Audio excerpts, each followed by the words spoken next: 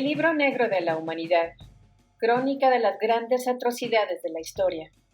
Matthew White. Aviso importante a los audiolectores. La crónica de los eventos históricos reales en este audiolibro y las imágenes para ilustrarla pueden resultar sensibles o perturbadoras. Algunos capítulos pueden contar con restricciones de edad para visualizarlos. Guerra Irán-Irak. Número de muertos 700.000. Clasificación 62. Tipo: guerra de hegemonía. Grupos enfrentados: Irán contra Irak. Periodo 1980 a 1988. Escenario: Golfo Pérsico. ¿A quién se le suelen atribuir casi todas las culpas? A Saddam Hussein. Factores económicos: petróleo. Irán e Irak llevaban años disputándose la propiedad de los territorios fronterizos ricos en petróleo en la cuenca del río Shatt al-Arab, en el extremo norte del Golfo Pérsico. Saddam Hussein intentó aprovecharse del caos desencadenado por la revolución iraní de 1979 y anexionarse el territorio en disputa. Los ejércitos iraquíes cruzaron la frontera y entraron en Irán en septiembre de 1980, avasallando en su embestida la primera línea defensiva iraní.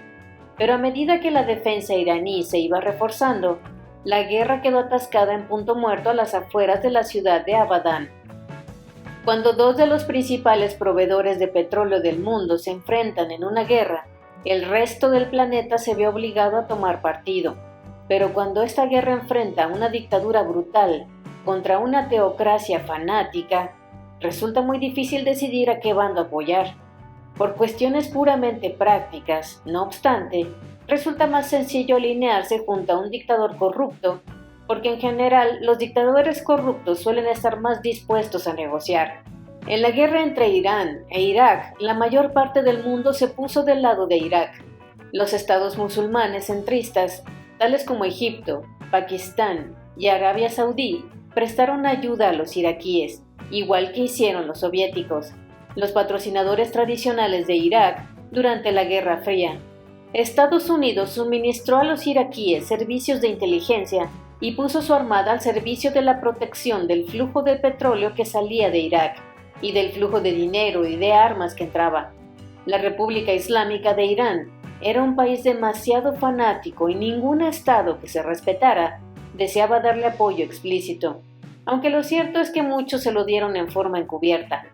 Los estados parias y marginados del mundo, Israel, Sudáfrica, Corea del Norte y Libia, por ejemplo, les dieron apoyo a los igualmente parias iraníes y proveyeron a Irán de tecnología militar y experiencia a cambio de dinero o petróleo.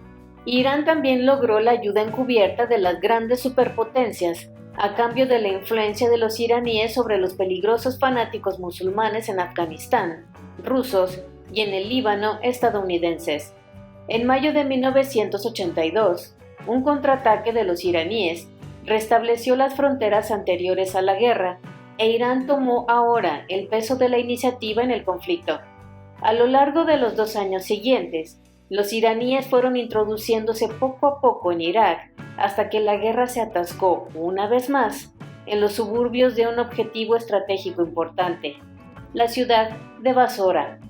Llegados a aquel punto, ambos bandos estaban desesperados y luchaban de forma más sucia de lo habitual. Para sembrar el terror entre la población enemiga, enviaron aviones de combate y rugientes misiles que cruzaban el cielo y que llegaban a ciudades mucho más allá de la línea del frente.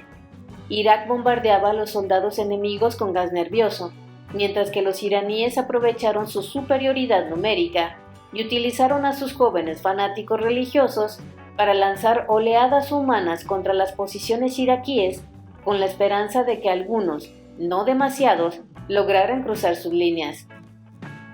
Irán, con el objetivo de conseguir el control del tráfico fluvial entre Basora y Bagdad, lanzó la operación Khaybar, Amanecer, entre mediados de febrero y mediados de marzo de 1984.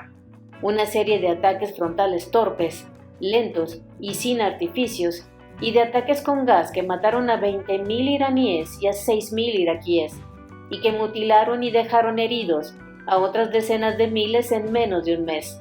La última ofensiva importante fue la batalla de Basora, que se convirtió en la batalla más sangrienta librada en cualquier lugar del mundo desde la Segunda Guerra Mundial.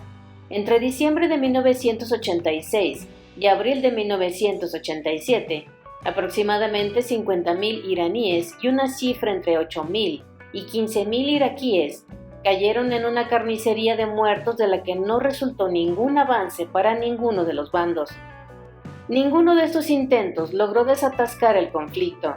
Por el contrario, lo único que consiguieron fue elevarlo en categoría de la guerra más mortífera en soldados desde Vietnam.